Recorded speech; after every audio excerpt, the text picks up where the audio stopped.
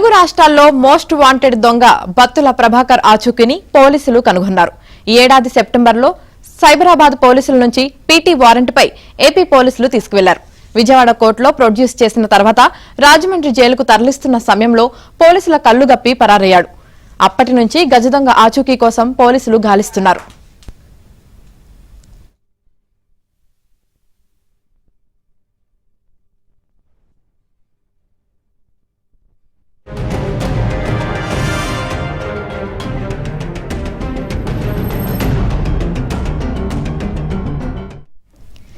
ఇటీవల తమిళనాడులో ఓ కాలేజీలో 50 లక్షలు దొంగలించినట్లు సమాచారం.